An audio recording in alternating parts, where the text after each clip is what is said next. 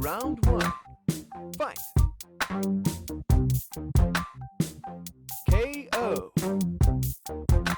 Round 2. Fight. KO. Player 1 wins.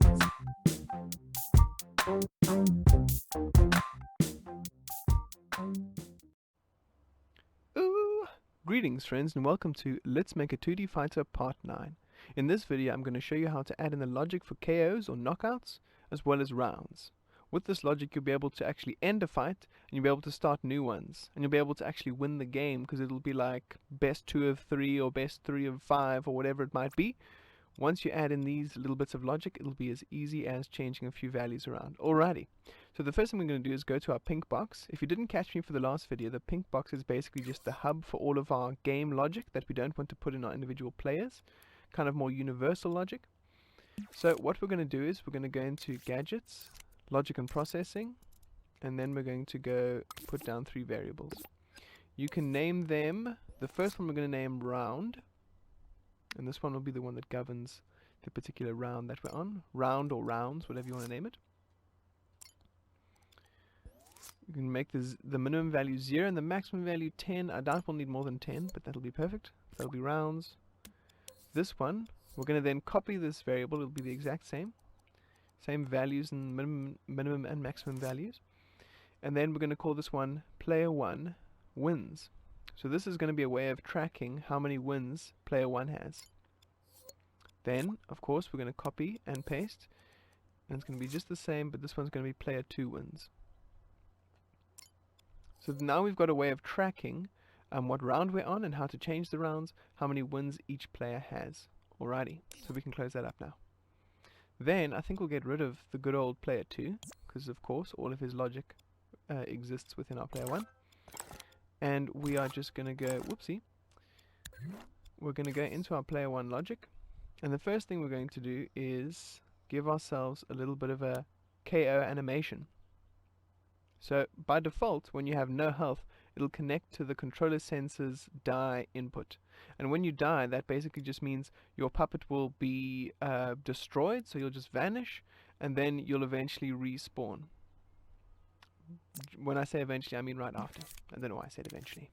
But the first thing we're going to do now is create our very own little logic for when you have no health, our own death logic.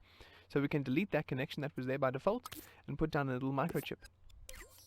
We can call this KO logic or death logic, whatever you'd like to say.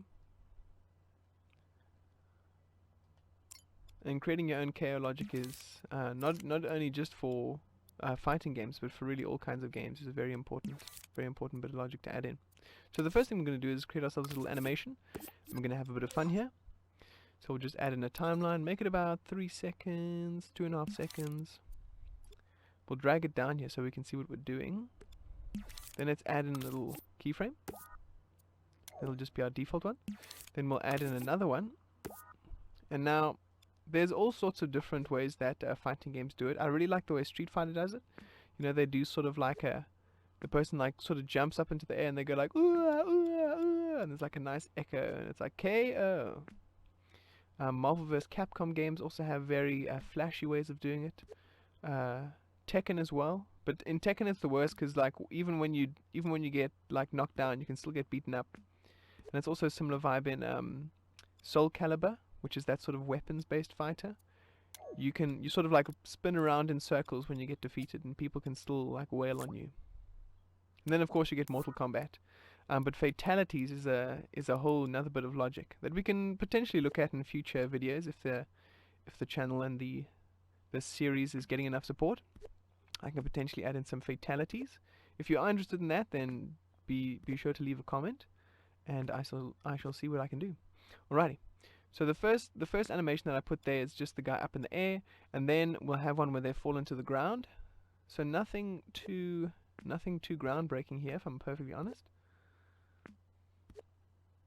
This is just going to be what they look like when they've hit the floor. Alrighty. So there he is, all KO'd. Perfecto. But then we'll create a little blend there. Then another element, it's essential. Friends, it's totally essential that you do a bounce. All fighting games, you have to be bounced as you land. There's no such thing as simply landing. You always do like a little oof, you know. It's absolutely essential. I would say, you know, if you don't bounce on a KO, it's not even a fighting game. I speak in jest, of course, but I just feel like it's a rather consistent but funny and very satisfying little feature of fighting games. And then we'll just copy that one we used before, which is then back on the ground, and we'll make it very long. So if we look at the individual keyframes, we've got just chilling, we've got just chilling, then we've got in the air, then we've got on the ground, then we've got the bounce, then we've got on the ground again. So if we play it, whoa, ooh, sorry, the little text displayer, text gadget thingy came out there. Let's try again. Ooh, perfect. So it's not, you know, it's not going to win any awards. I'm not going to go and apply at Bandai Namco and be like, please hire me, look at my animation skills. But it'll do the job. Another thing we'll want to do is go into animation, keyframe. And we're just going to make this one quite long. Make a nice long one. Then we're going to go into record. We'll go press L1 in circle so that we're back in the main sort of area. Then L1 in square on our puppet. Go to the gears, which is behavior. And you'll turn off all their procedural animation. And not only that, we're going to go L1 and square into the camera, and we're going to go into imp and player settings and have disable controller sensor input. So this means when you've been KO'd, you can no longer use any of your controls, and neither can your opponent.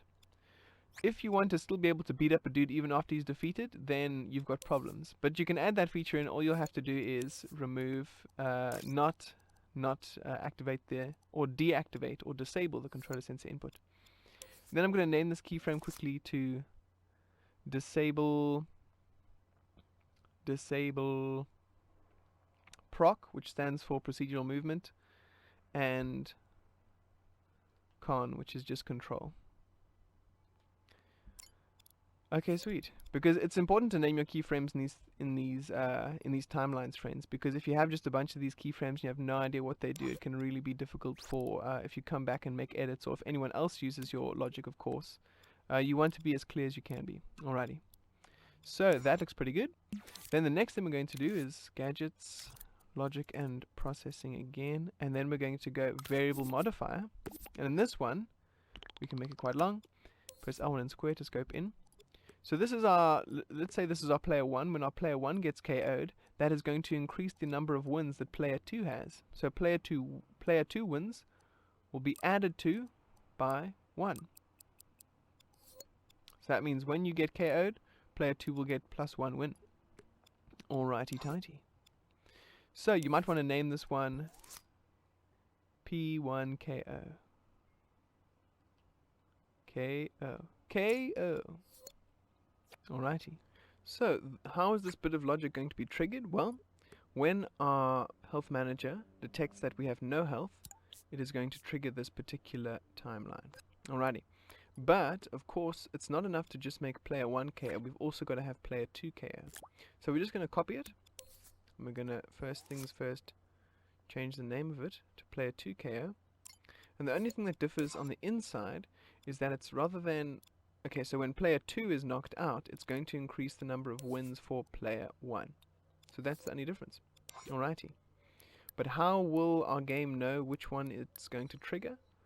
Well, if you check out our part 7 video, I believe, where we talk about 2-player optimization, we'll figure out that we've got a bit of a variable here that says player number. And when player number is equal to 1, there's a bunch of settings. When player 2 is equal to 2, there's a bunch of settings as well. So now we're going to make use of this logic. And how we're going to do that is, we're going to go into logic and processing, go AND gate, and we're going to make it so that if player number is equal to 1, and we have no health, it is going to trigger player 1 KO. Copy that AND gate.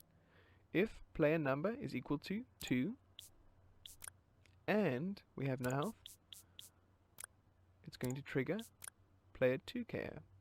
Alrighty. So now to see if this works, I'm going to make a copy of this guy. And because of our 2-player logic, it's going to automatically turn him into player 2. Now let's see what happens. Hiya, hiya, just beat them up, aja! Okay, there's the KO animation, but has the KO logic worked? And the way we'll check that is, we'll go to game logic. Aha, player 1 wins has increased to 1. Alrighty, fabulous. But we're far from over. We've added in the necessary logic, but we've still got quite a few features that we would like to add. Also, if you feel this is a little bit messy, it's as easy as pie. All you can do to clean it up, or what you can do to clean it up, is add in a little node. It looks like this, a circle with 2 arrows. And both of the B ports here are coming from the same output, so we can take those, connect it to the input of this node, and then go here and here. And there, it's got 1 port less, looks a little bit neater. Okay, sweet. So now the next thing we're going to do is just add in a little bit of bells and whistles. So we're going to go to movers and outputs and get a little text displayer. And actually, before we even do that, I'm going to go to my pink box, because I know that in our pink box we've got our times up text displayer. And I think it'll be cool if we keep the font kind of consistent, you know what I mean? So we can have it that when you get defeated, it'll be like KO. Or you can put little dots there if you like, you know what I mean? KO. And you can, you know, you can mess around with that. KO. You can maybe move it a little bit further up and, you know, just go like, oh, I think it's locked in place there. You can be like KO, make it in the middle, but rather make it in the middle here.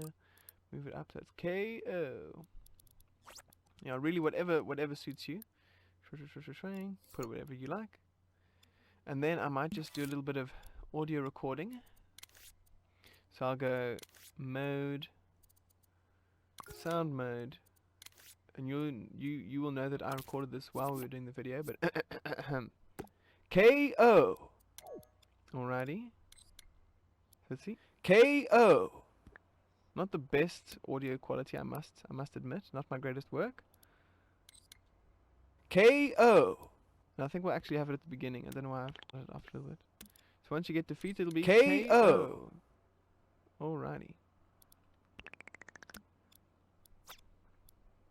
So it'll do that. I'm going to copy that. Whoopsie. I'm going to copy this.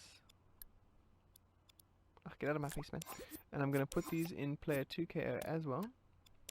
So that when you get defeated, it'll do that little bit of stuff. Then I'm going to go to where our health bars are. And of course our health bars are on HP bar logic. And I'm actually going to add a little bit of extra business here. So we've got our HP left, right? We've got our HP left, right? Okay, I'm just going to copy HP background left. And I'm just going to move it as I see fit. Actually, no, never mind. I'm going to delete this. I'm going to make a completely new little displayer, text displayer. And what I'm making here is going to be the little balls under your health bar that show you like how many wins you have. So the first thing we're going to do is get ourselves a text displayer. Go into enter text, put a little space there. Then we're going to go text box properties, auto fit, we'll untick that.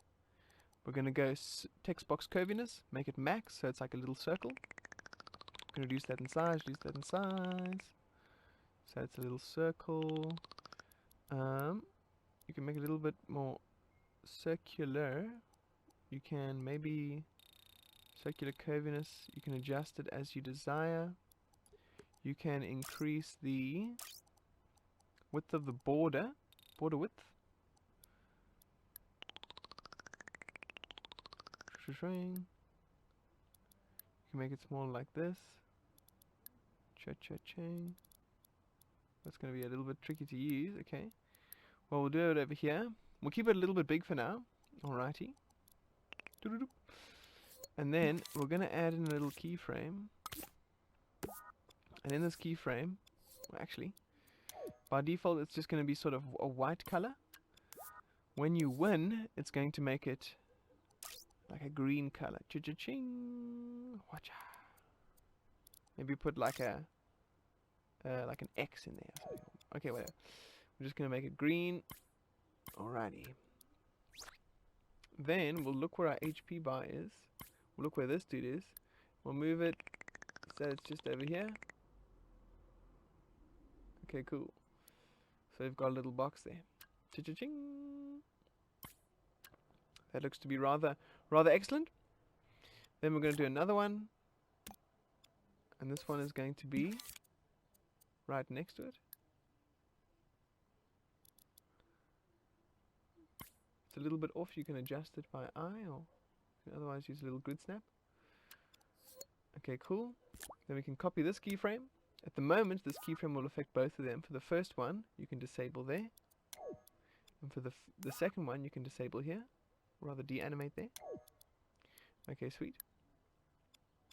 Then, what we're going to do is, so let's just organize it so that this is the one on the furthest left, this is the one next to it, this is the keyframe for the one on the furthest left, and this is that one. Okay, sweet. We'll make this a bit neater. Then, what we're going to do is we're going to go into Gadgets,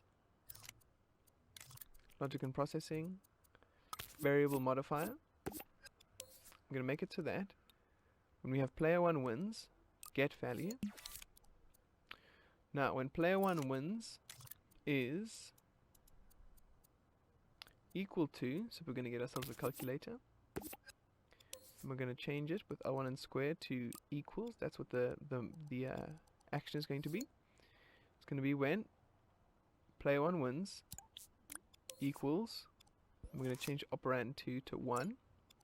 So when you have 1 win, it's going to make one of those things go green. Alrighty. So we can put that over there. Cha-ching.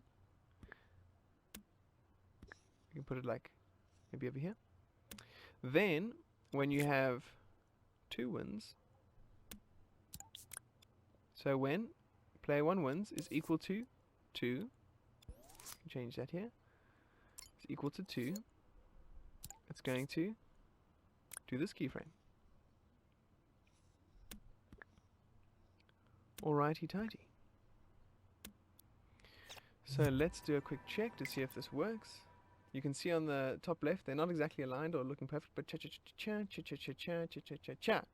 So there we have, if you see in the top left, my grey little block, or my rather white looking block, has turned green for the victory. Alrighty. But now let's get into how to actually respawn your character when they are defeated, and to work this also for the other side. So we're going to create this exact same system, but just for the other side of the screen now. So we'll copy this in its totality. We'll place it over here. Okay, sweet. So now what we'll want to do is, we see we've got them here. We might also want to just adjust these ever so slightly. So that one's a little bit more on par. Okay. Okay, cool. We can look at these guys. We can say, okay, this one will be the one on the furthest right. You can of course do these with grid snaps and so on and so forth. I'm just doing it by eye, because I don't want to take too much of your time. Okay, sweet. Then we're going to make it when player 2 wins equals 1, then it's going to change this one. When player 2 wins is equal to, it's going to change the next guy. Cha and cha. The order is correct, and that is looking rather fabulous. But now, of course, this is going to, these dudes are going to be turned off. Turned off. And they're going to be turned on when? Well, in P2 settings, it's going to deactivate these ones. It's going to activate these boys. Alrighty tighty. Okay, friends, so let's see if this works. I'm just going to get rid of this guy. Cha-cha-cha. Whoop. Okay, I beat up this dude. Bam, bam, bam, bam, bam, KO! So there we are. We've got a nice little KO going there. That was actually That was actually quite impressive. Quite nice, quite enjoyable. Alrighty friends, so the next thing we're going to do is make it so that when one round ends, another one can actually begin. So we're going to go into our KO timeline, then we're going to go into gadgets, gameplay gear, and you're going to see a nice little global settings world going on here. I'm going to stamp this down, and we're going to make it so that it resets the old scene. Oh, sorry, we're not going to place it in the actual timeline itself. Whoops. Instead, what we're going to do is we're going to place it in our KO logic, and then on the end trigger, it's going to reset the scene. Ooh. On end trigger, reset scene. And same for player 2. On end trigger, reset scene. But you'll think, mean lad, but alas, what about the player 1 and the player 2 wins? Because won't those be reset when I do a rewind or I do a reset? You're absolutely correct. So what we'll have to do is, we'll go to round, player 1, player 2, and so on and so forth. And we're going to make it persist in dream. And we'll make it so that they do not restore value on rewind. And in fact, we don't have to have it in a persistent dream. Just make sure that restore value on rewind is unticked. So now we shall see what happens. Just going to get rid of this guy. Copy the proper one. And paste him thusly. Line him up nicely. Okay, cool. Now let's see what happens. You suck, bro! KO! Then we reset. And I still got my win. If you look at the top left, I still got my win. You suck, you suck, you suck. KO! Oh, terribly sorry, old sports. Look what I've done. So now the second little position on the left here, only the second one is lit up and not both of them. So you see, this is why we do little beta tests, guys. This is very useful. Because now we know that all we have to do is go into our KO logic. So not a KO logic, but rather our HP bar logic. And make it so that this dude that affects that guy, we can actually make it so that this guy does the same. So what we'll do is we'll go to here, recording in our keyframe. This is for when we have 2 wins. We'll select and we'll select again. Make sure that you go to your second one that you've selected, and you'll see that the green color is already here. And then we'll make sure that the colors match up very nicely. And then we'll do the exact same thing for the other side. Cha-cha-cha. Do it on here.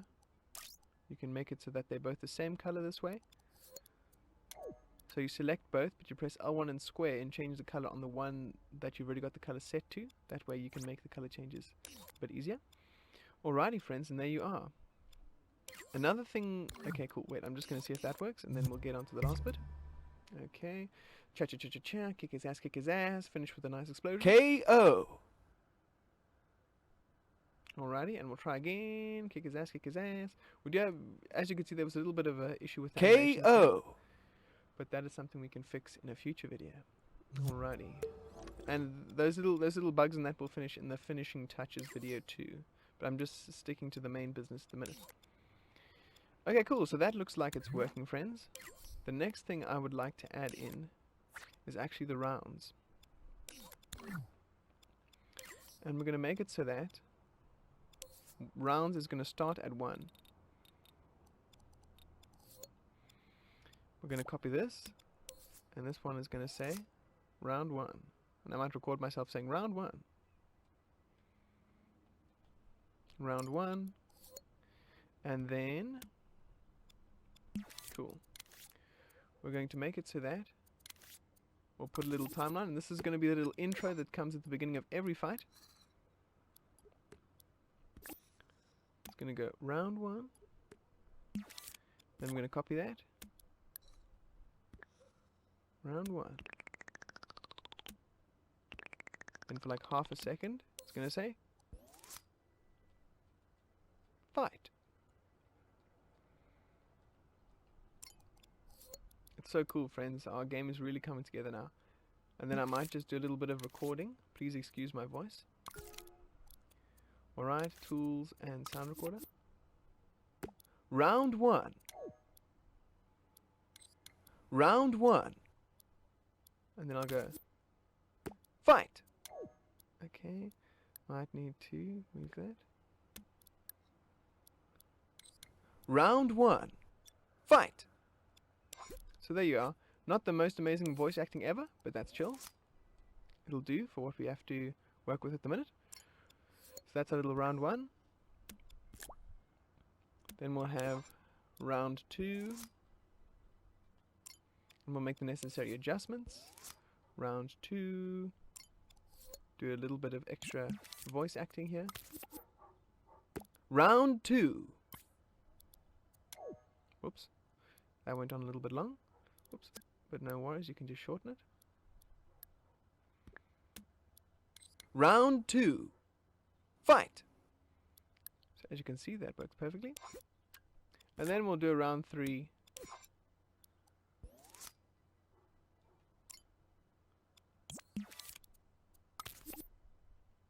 Round 3.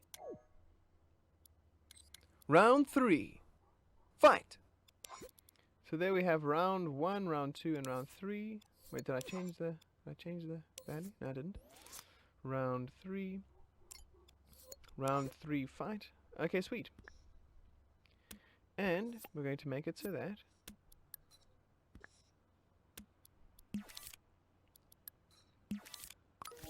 we'll go to gadgets, logic and processing, variable modifier. We'll go rounds, get.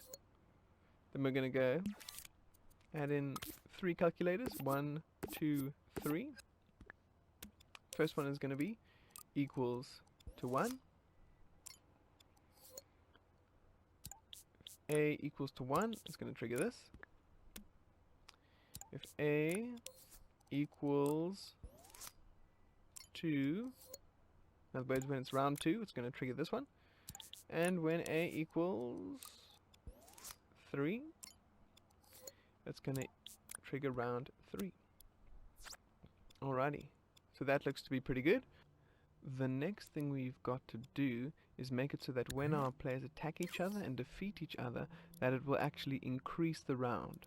So in other words, when one of us wins, it'll go to round 2. And the way we're going to do that is, in a similar way to what we've done with global settings, is we're going to go to variable modifier. And we're going to go rounds, add 1. And it's going to be triggered by on-end trigger. Make sure to connect it to the power and not the operation value port. Fabulous. But at the moment, we need to add a little bit of a thing that's going to make it so that the round little timeline only plays in the beginning. So what we're going to do is, we're going to put down a timer. Make it last only 0.1 seconds. And when it's timer finished pulse, it's going to give power to this. So in other words, only in the it's going to, when you start a round, it's going to go 0.1 second, and then it's going to give this just a little splash of power, just a pulse, and then it'll be like, okay, are we round 1, 2, or 3, and then play. But of course, we'll have to select all 3 of these and make it so that their playback mode is once and not sustain. This way, when we change to round 2, it's not going to start playing the round 2 intro when we're still at the end of round 1. Okay, let's give it a try. Round 1. Fight! Oh wait, actually, it might be a good idea to actually delete this guy and throw in the new one. Rookie error. Okay. Round 1. Fight! KO! Round 2. Fight! KO! Round 3. Fight!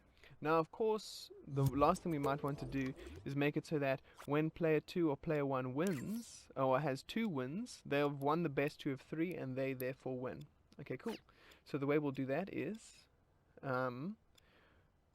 actually, I just want to do one little thing, which is, remember when we've got player 2 win, we do this thing that disables the procedural movement and the controller? We might want to do that here. So your player can't control themselves in the first little few seconds. So let's add that in quickly. We can just copy paste it. So when it's going round 1, round 2, round 3, you can't actually attack just yet. Okay, sweet. But now let's get to the winning conditions. So we'll just copy one of these. It'll be very much the same. It'll just say player 1 wins. With a nice exclamation. Player 1 wins. We don't have to have this fight business. We can change that as well. I can add in a little bit of the old voice acting. This is really my portfolio here, guys. Please shout out for those job opportunities. Oh no, I'm talking shit into the recorder. Okay, wait. Player 1 wins. My South African accent coming through thick. Player 1 wins. Okay, sweet. Glorious. Then, and this will be P1 win. Sounds like I'm speaking a completely new language. P1 win. Then we shall go here. And we'll edit this to P2 wins. P2 wins. We can make a new little bit of audio here. Player 2 wins. Player 2 wins. Fabulous. Okay, and then we'll rename this to P2 wins. P2 win. Alrighty, tighty. Now the way that this is going to work is we'll go gadgets, variable modifier, and we're going to go get value of player 1 wins. So if player 1 wins is equal to, I know that this one is equal to 2, so I'll go is equal to 2, then it's going to go player 1 wins. And similarly, it's going to go here. Oh, sorry. Player 1 wins. Then player 2 wins is equal to it. Then it's going to do that. Okay, friends, so I've just been doing a little bit of tinkering around, and we have to change one little thing.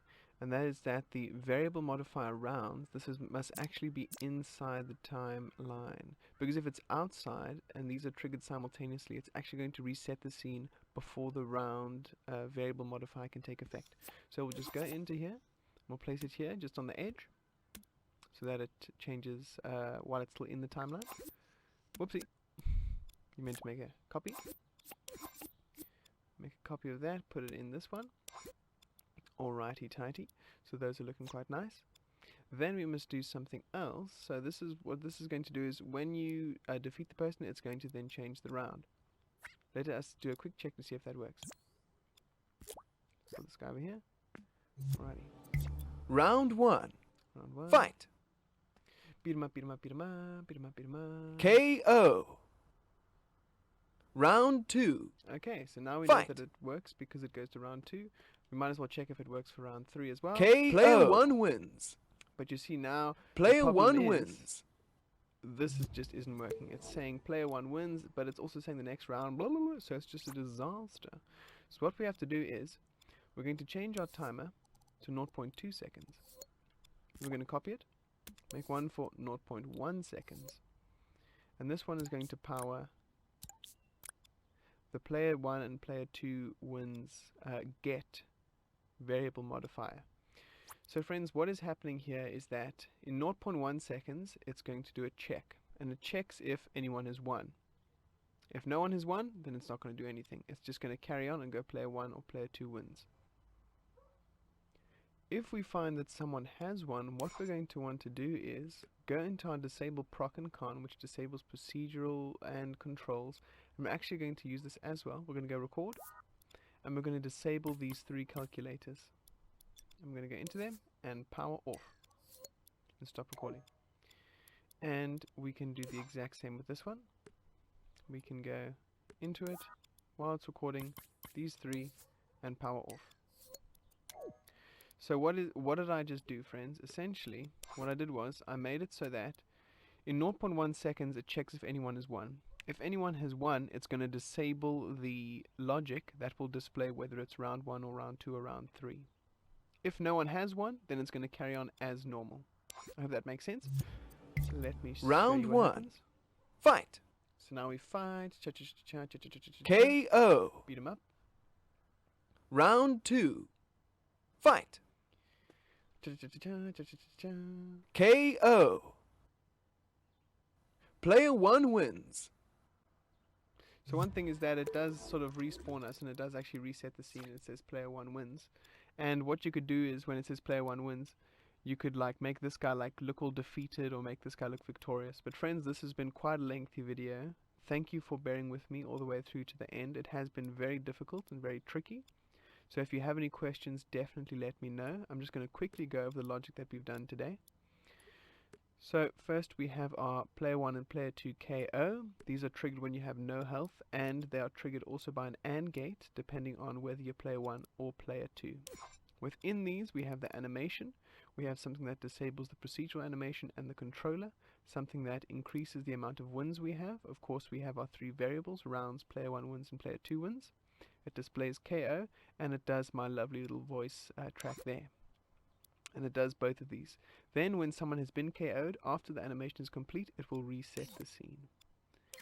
If we look into our HP bar logic, we've added the little round markers. I'm not even sure what they're called, but essentially these things go green when you have a win, or for both player 1 and player 2, and it makes it so that when player 1 has wins, it will highlight one of these, and if player 1 has 2 wins, it'll highlight both of them. Okay, sweet. And of course it works for player 1 and player 2. Then we've added in some round logic, and it is a little bit juicy, but essentially the gist of it is, in the first 0.1 seconds of the game, it checks if anyone has won. If someone has in fact won, and we must also make a connection here. I forgot about that. Make sure that you make the connection to player 1 wins and player 2 wins. So, to recap, in 0.1 seconds, it checks if player 1 has won or if player 2 has won. If they have, then it is going to display whether they won, and in there we're going to see player 1 wins. You're going to hear my sultry voice, and then it is going to do all the disabling of the procedural animation and the controller, but it's also going to deactivate these calculators. It's important to deactivate those calculators because if these are deactivated, then it won't play the round 1 fight, that little intro scene. Okay, sweet. So that all happens in the first 0.1 seconds. If none of these things are triggered in the first 0.1 seconds, then it's going to go to the full 0.2 seconds over here, and then it's going to do round 1, round 2, or round 3. So friends, it is a lot to take in. If you have any questions, absolutely let me know. This has probably got to be one of our hardest videos, and it took me quite a while to figure it out. There was a lot of head banging and so on. But friends, if you enjoyed this video and you want to see some more things like fatalities and so on and so forth, do let me know. I'm going to be making, there's still a few more videos, specifically like the block video that's going to be coming up very soon. And we're going to be doing maybe 1 or 2 after that, just to add in a few features, and then the finishing touches video. But as I say, if this is quite a popular series, then I'll absolutely add in some extras. Alright, friends, thank you so much for sticking around. I shall catch you on the flip-flop. Peace out.